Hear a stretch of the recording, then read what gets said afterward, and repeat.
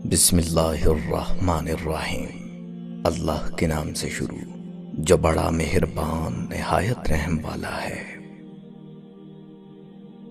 ایک بادشاہ نے ایک دن اس خواہش کا اظہار کیا کہ محل میں اتنے سارے عقل مندوں کے ساتھ ایک بے وقوف بھی ہونا چاہیے جو سب کے لیے تفریح کا باعث ہو۔ چنانچہ بڑی کوششوں کے بعد ایک بے وقوف کا انتخاب ہوا اور اس کے لیے ایک خاص قسم کا تاج بنوایا گیا۔ بادشاہ اس سے روزانہ چند ایک سوالات پوچھتا اور بے وقوف کے جوابات سن کر بادشاہ اور درباری خوب ہنستے۔ وقت گزرتا گیا اور ایک دن بادشاہ سخت بیمار ہو گیا، یہاں تک کہ طبیبوں نے جواب دے دیا۔ بادشاہ نے اپنی تکلیف دور کرنے کے لیے اپنا آخری وقت بے وقوف کے ساتھ گزارنے کا فیصلہ کیا اور اس کو طلب کر کے کہا کہ آج تم سوال کرو، میں جواب دیتا ہوں۔ بے وقوف نے سوال کیا، آپ اپنی موت کے بعد کہاں تشریف لے جائیں گے؟ بادشاہ نے جواب دیا، اپنے مالک کے پاس۔ بے وقوف کا اگلا سوال تھا، آپ وہاں کتنے دن رہیں گے؟ بادشاہ نے کہا، ہمیشہ ہمیشہ کے لیے۔ بے وقوف نے پوچھا، پھر تو آپ نے وہاں اپنے آرام اور قیام کے لیے بہترین انتظام کیا ہوگا۔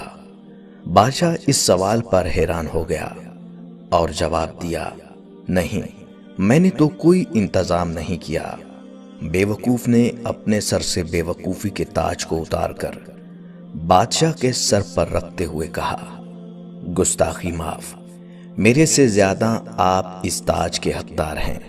جہاں رہنا نہیں تھا وہاں اتنی بڑی سلطنت، اور جہاں ہمیشہ کے لیے رہنا ہوگا وہاں کے لیے کچھ بھی نہیں۔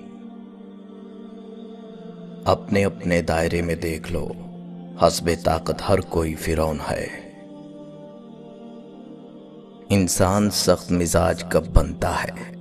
جب بہت سارے لوگ اس کی نرمی کا غلط فائدہ اٹھا چکے ہوتے ہیں۔ کسی کے راز تلاش نہ کرو، اگر نظر آ جائے تو فاش نہ کرو۔ لوگوں کو بے وقوف بنانا بہت آسان ہے، لیکن قائل کرنا کہ انہیں بے وقوف بنایا جا رہا ہے بہت مشکل ہے۔ کبھی اپنی چال کا اعلان مت کرو جب تک تم اس کو چل نہ لو۔ عورت وہ بند کلی ہے جو اپنے مرد کی ذرا سی چاہت اور توجہ پا کر کھلے گلاب کی مانند مہکنے لگتی ہے۔ دشمن کو اپنی کامیابی سے مارو اور اپنی مسکراہٹ سے دفناؤ۔ میں آہستہ چلتا ہوں مگر میں کبھی پیچھے کی جانب نہیں جاتا۔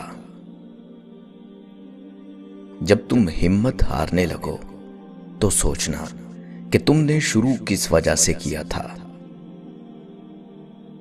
ان لوگوں پر زیادہ توجہ دیا کرو جو تمہاری جیت پر تالیاں نہیں مارتے۔ زندگی پانی کے بلبلے کی طرح ہے، نہ جانے کب ہوا نکل جائے کچھ پتہ نہیں۔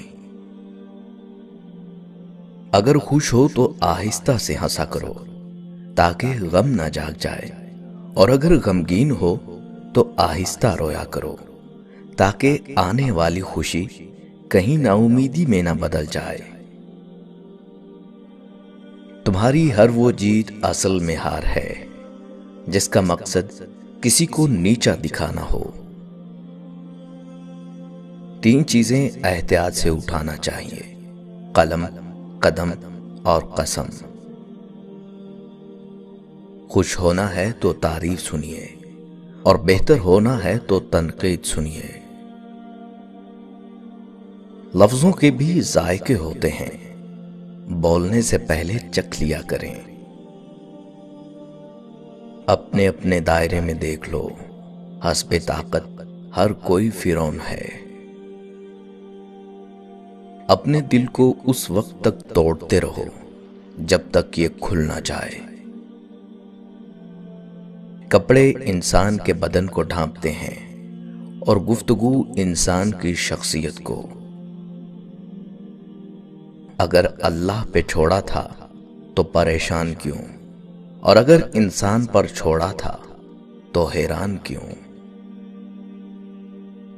جو عبادات اخلاق اور کردار پر اثر انداز نہ ہو سکیں وہ مشقت کے سوا کچھ نہیں۔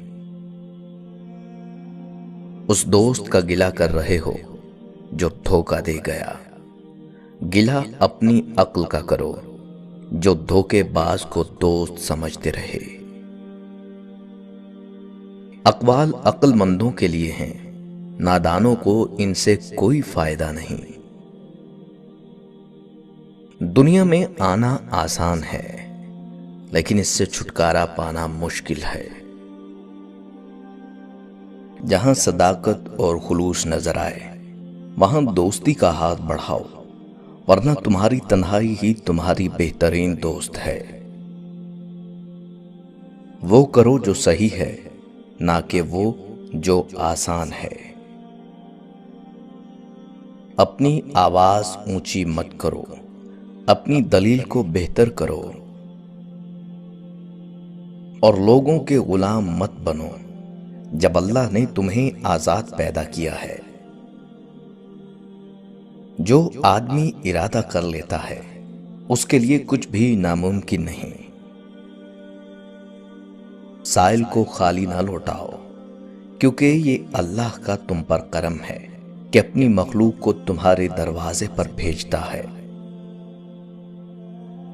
دنیا کے سبھی لوگ خوبصورت ہیں، بدصورتی ہمارے رویوں اور سوچ میں ہے۔ نیچے گرنا ایک حادثہ ہے، نیچے رہنا ایک مرضی ہے۔ اچھی گفتگو کرنا اچھے خون کی پہچان ہے۔ دوسروں کے ساتھ زیادہ تر وہ لوگ نیک سلوک کرتے ہیں جو خود بھی مشکل وقت گزار چکے ہوں۔ ماں باپ کے ساتھ تمہارا سلوک ایسی کہانی ہے جو لکھتے تو تم ہو لیکن تمہاری اولاد تمہیں پڑھ کر سناتی ہے۔ جو عبادات اخلاق اور کردار پر اثر انداز نہ ہو سکیں وہ مشقت کے سوا کچھ نہیں۔ جو مانگوں دے دیا کرے زندگی، کبھی تو میرے باپ جیسی بن کر دکھا۔ دلاسا دیتے ہوئے لوگ کیا سمجھ پاتے، ہم ایک شخص نہیں کائنات ہارے تھے۔ جب انسان پر اچھا وقت آتا ہے تو وہ بھولنے والی چیزوں میں سب سے پہلے اپنی اوقات بھولتا ہے۔ کچھ لوگوں کو عزت راس نہیں آتی جب تک ان کے جیسے نہ بن جاؤ، ان کو سمجھ نہیں آتی۔ اور محبت کو الفاظ میں نہیں لہجوں میں تلاش کرو۔ الفاظ تو منافقین کے بھی بہت میٹھے ہوتے ہیں۔ میں آج تک اپنی خاموشی پر نہیں پچھتایا، جب بھی پچھتایا اپنے بول پر پچھتایا۔ کسی زمانے میں روزانہ رات کو باقاعدگی سے ابو کی ٹانگیں دباتا اور سر کی مالش کرتا تھا۔ پھر لیپ ٹاپ اور اینڈرائیڈ موبائل آیا اور اس فریضے کو گویا بھول ہی گیا۔ پچھلے دنوں ابا جی ایک لمبے سفر سے لوٹے تو تھکن کی وجہ سے چال میں کچھ لنگڑاہٹ سی محسوس ہوئی۔